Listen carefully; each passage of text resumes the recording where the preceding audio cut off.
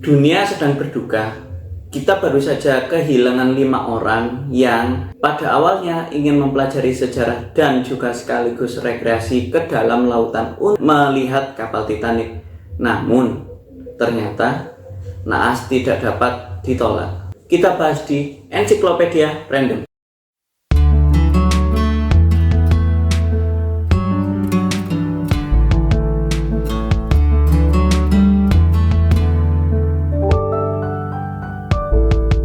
Perusahaan startup yang baru-baru ini menjadi berita hangat di hampir semua media, yaitu OceanGate, baru saja mengalami kecelakaan yang cukup mengenaskan, di mana 5 orang penumpang yang naik kapal selam untuk melihat kapal Titanic atau reruntuhan kapal Titanic dinyatakan hilang dan dipastikan tidak ada korban yang selamat. Kapal itu bernama Titan, sebuah kapal selam mini yang difungsikan untuk melihat keindahan yang ada di dalam laut.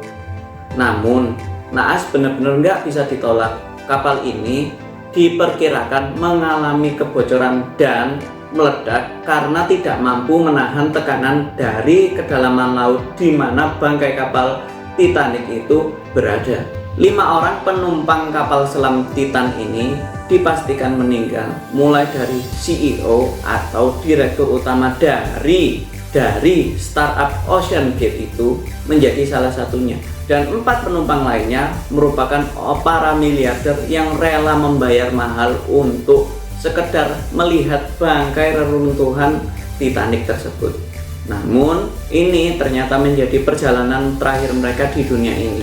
Sebenarnya kapal selam Titan ini sudah banyak mengalami penilaian buruk, bahkan dari salah satu orang yang mendesainnya.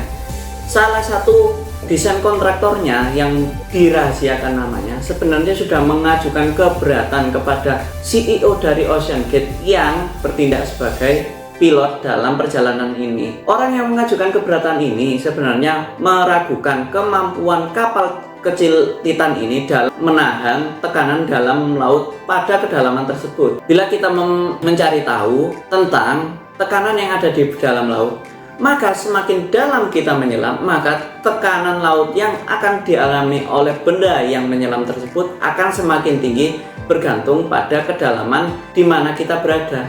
Nah, kedalaman bangkai Titanic ini lumayan dalam sehingga dipastikan perlu kapal yang benar-benar kuat untuk menahan tekanan tersebut. Namun ternyata orang yang memberikan penilaian buruk ini, yang juga sebagai salah satu desain kontraktor dari kapal selam Titan ini, justru malah dipecat dan dituntut karena dianggap membocorkan rahasia perusahaan. Ada juga beberapa netizen yang memandang bahwa kapal selam Titan ini tidak layak untuk masuk ke dalaman karena dilihat dari alat pengemudinya, yaitu semacam controller gaming. Namun ternyata controller gaming yang dipakai itu sebenarnya adalah controller yang paling cocok dan sesuai untuk mempermudah pengendalian kapal tersebut.